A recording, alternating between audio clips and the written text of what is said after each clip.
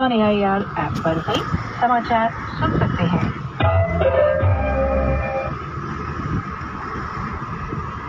देखिए बस समाचारों में आपका एक बार फिर स्वागत है।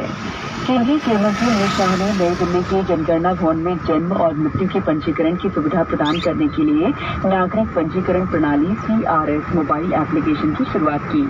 श्री शाह ने कहा है कि ये एप्लीकेशन नागरिकों को किसी भी समय किसी भी स्थान से उनके राज्य के आधिकारिक भाषा में पंजीकरण करने की अनुमति देता है। इससे जन्म और मृत्यु के पंजीकरण को सहज और परेशानी मुक्त बनाया गया है। उन्होंने कहा कि इससे पंजीकरण में लगने वाला समय काफी कम हो जाएगा और ये डिजिटल इंडिया की दिशा में एक महत्वपूर्ण कदम है। मध्य प्रदेश कांग्रेस की कार्यकारिणी घोषित होने के बाद 2 दिन बाद कल एक और सूची जारी की गई है। इसमें 25 सदस्यीय PSC समेत 84 सचिव और 36 संयुक्त सचिव नियुक्त किए गए हैं। PSC में कमलनाथ, रघुनाथ के साथ दिग्विजय सिंह को भी शामिल किया गया है। पहली सूची में कुल 177 पदाधिकारी घोषित किए गए थे। दूसरी सूची में कुल 158 पदाधिकारी बनाए गए हैं। दोनों सूचियों को मिलाकर अब मध्य प्रदेश कांग्रेस कमेटी में 335 पदाधिकारी हो गए हैं। प्रदेश के रतलाम में महालक्ष्मी देवी का एक ऐसा अनूठा मंदिर है जहां मंदिर को आम लोगों के करोड़ों रुपयों और आभूषणों से सजाया गया है। महालक्ष्मी मंदिर को इस बार करीब 5.25 करोड़ से ज्यादा में सजाया गया है। पेश है हमारे संवाददाता की एक रिपोर्ट। रतलाम का महालक्ष्मी मंदिर देश का अपनी तरह का एकमात्र मंदिर है। यह दीपावली के पहले आम लोग अपनी जमा पूंजी और आभूषण मंदिर सजाने के लिए देते हैं। धनतेरस से भाई दूज तक यह साज सज्जा रहती है। इसके बाद यह सामग्री संबंधित परिवारों को वापस कर दी जाती है। इस बार करीब 1 करोड़ 47 लाख रुपए के नोट और करीब 3 करोड़ रुपए से ज्यादा के सोने और चांदी के आभूषण मंदिर को साज सज्जा के लिए मिले हैं। बताया जाता है कि राजसी दौर से चली आ रही भगवान को अपनी संपत्ति अर्पित करने की इस परंपरा को आज भी स्थानीय लोग शिद्दत से निभा रहे हैं। मंदिर की सुरक्षा के लिए निजी गार्ड के अलावा 24 घंटे पुलिस तैनात रहती है। इसके अलावा CCTV से भी मंदिर की निगरानी की जा रही है। रतलाम से अदिति मिश्रा के साथ संजीव शर्मा, आकाशवाणी समाचार, भोपाल।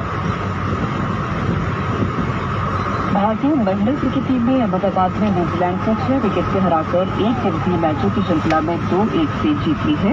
न्यूजीलैंड ने भारत को 233 रन का लक्ष्य दिया। जवाब में भारत ने 44वें ओवर में 4 विकेट के नुकसान पर 233 रन का लक्ष्य हासिल कर लिया। स्मृति मंधाना ने शतक बनाया। हरमनप्रीत ने भी अर्धशतकीय पारी खेली। राज्य स्तरीय बैंड प्रतियोगिता का आयोजन भोपाल में 8 नवंबर को होगा। प्रतियोगिता में 200 से ज्यादा विद्यार्थी शामिल होंगे। इस प्रतियोगिता में CBSE, ICSE, KVS, NVS, PMC और साइंस स्कूल के विद्यार्थी भाग लेंगे। अब कुछ समाचार संक्षेप में। सीहोर जिले की बुधनी विधानसभा में चल रहे उप निर्वाचन के तहत नाम वापस लेने की आज अंतिम तिथि है। ग्वालियर में शिवपुरी लिंक रोड स्थित सरस्वती शिशु मंदिर प्रांगण से 2 किलोमीटर की परिधि में कल से 4 नवंबर तक नो फ्लाई जोन घोषित किया गया है। गौरतलब है कि यहाँ राष्ट्रीय स्वयंसेवक संघ का कार्यक्रम आयोजित हो रहा है, जिसमें सरसंघ चालक मोहन भागवत भी शामिल हुए हैं।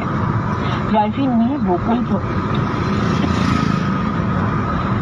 में वोकल फॉर लोकल को बढ़ावा देने के लिए सांची विधायक डॉक्टर प्रभुराम चौधरी सहित स्थानीय जनप्रतिनिधियों ने स्थानीय दुकानों से दीपक सहित अन्य सामग्री की खरीदारी की। अशोकनगर में राज्य आनंद संस्थान द्वारा हर घर दिवाली अभियान के तहत सुविधा विहीन बस्ती चारोदा ग्राम में दिवाली से संबंधित पूजन सामग्री की किट वितरित की गई। डिंडौरी में राष्ट्रीय आयुर्वेद दिवस पर आयुर्वेदिक स्वास्थ्य शिविरों का आयोजन किया गया। जिला स्तरीय कार्यक्रम जिला आयुष कार्यालय में आयोजित हुआ। निवाड़ा कलेक्टर श्री राम राजा वृद्धाश्रम में वृद्धजनों के साथ वहां आयोजित कार्यक्रम में शामिल हुए। मंडला जिले की बुआ बछिया डिंडोरी मार्ग पर डिंडोरी से पीछे आ रही बस अनियंत्रित होकर पुल की रेलिंग पर चढ़ गई।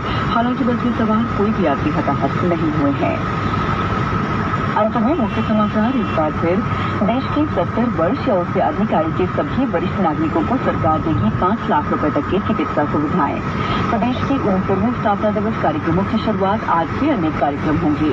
करीब 5.25 करोड़ रुपए से ज्यादा में सजाया गया है रतलाम का महालक्ष्मी मंदिर। और भारतीय महिला क्रिकेट टीम ने न्यूजीलैंड को 6 विकेट से हराकर एक दिवसीय मैचों की श्रृंखला 2-1 से जीती। इस बुलेटिन में इतना ही। नमस्कार।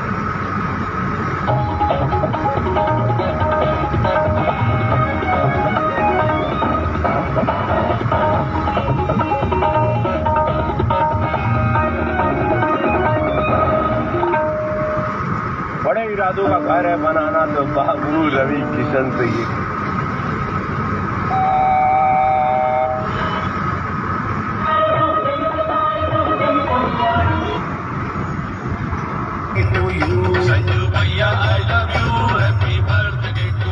हर दिल अजीज, लाखों दिलों की धड़कन, सच्चे प्रधान सेवक मेरे गुरु आदरणीय श्री संजय सत्येंद्र पाठक जी, पूर्व राज्य मंत्री व वर्तमान विजय राघवगढ़ विधायक जी को 31 अक्टूबर उनके जन्म दिवस की सिद्धार्थ तिवारी वित्त मंत्री की ओर से हार्दिक शुभकामनाएं। दवा इंडिया की फ्रेंचाइजी लेने का सुनहरा मौका पाइए। इंडिया लार्ज धारा, जहां है फार्मलैंड, फार्म हाउस एवं रिजॉर्ट में प्रकृति का अद्भुत संगम और covered campus, fountain, 40 foot road, swimming pool, landscape garden और सेल्फी पॉइंट जैसी एमिनिटीज। साथ ही हर रजिस्ट्री पे फ्री गोल्ड कॉइन और iPhone 16। संपर्क करें नाइस होम, कॉल 9200 000 642। अरे तुम तो ज्वेलरी खरीदने गई थी।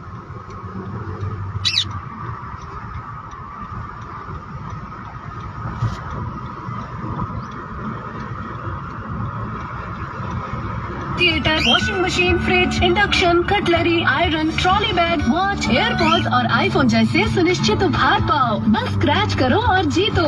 Visit Kothari jewellers, main road, सदर, जबलपुर। दमदार ट्रैक्टर्स जो भारी से भारी काम को आसान कर दे, खेतों में खुशहाली और जान भर दे। आयशो ट्रैक्टर्स की 41 से 50 हॉर्स पावर की शानदार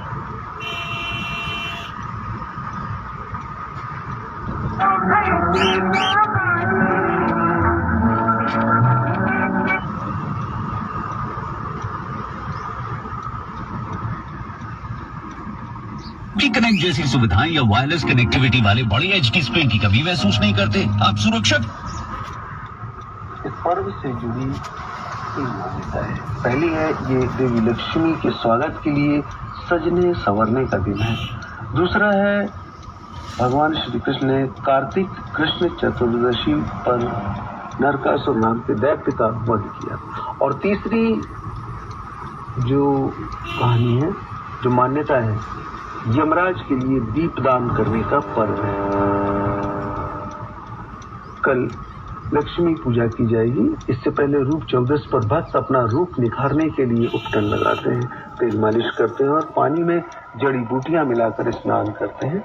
माना जाता है कि देवी लक्ष्मी उन्हीं लोगों पर कृपा करती है जो साफ सफाई से रहते हैं, जिनके घर और विचारों में पवित्रता रहती है।